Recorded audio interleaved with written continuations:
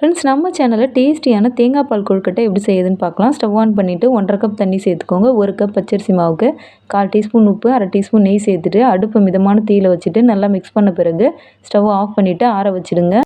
1 cup தேங்காய் துருவல், 2 ஏலக்காய், 1 கப் தண்ணி சேர்த்து முதல் தேங்காய் பால் வடிகட்டி எடுத்து வச்சுக்கோங்க. 1 டேபிள் ஸ்பூன் அரிசி மாவு, 1/4 கப் தண்ணி சேர்த்து மிக்ஸ் பண்ணி இதையும் எடுத்து வச்சுக்கோங்க.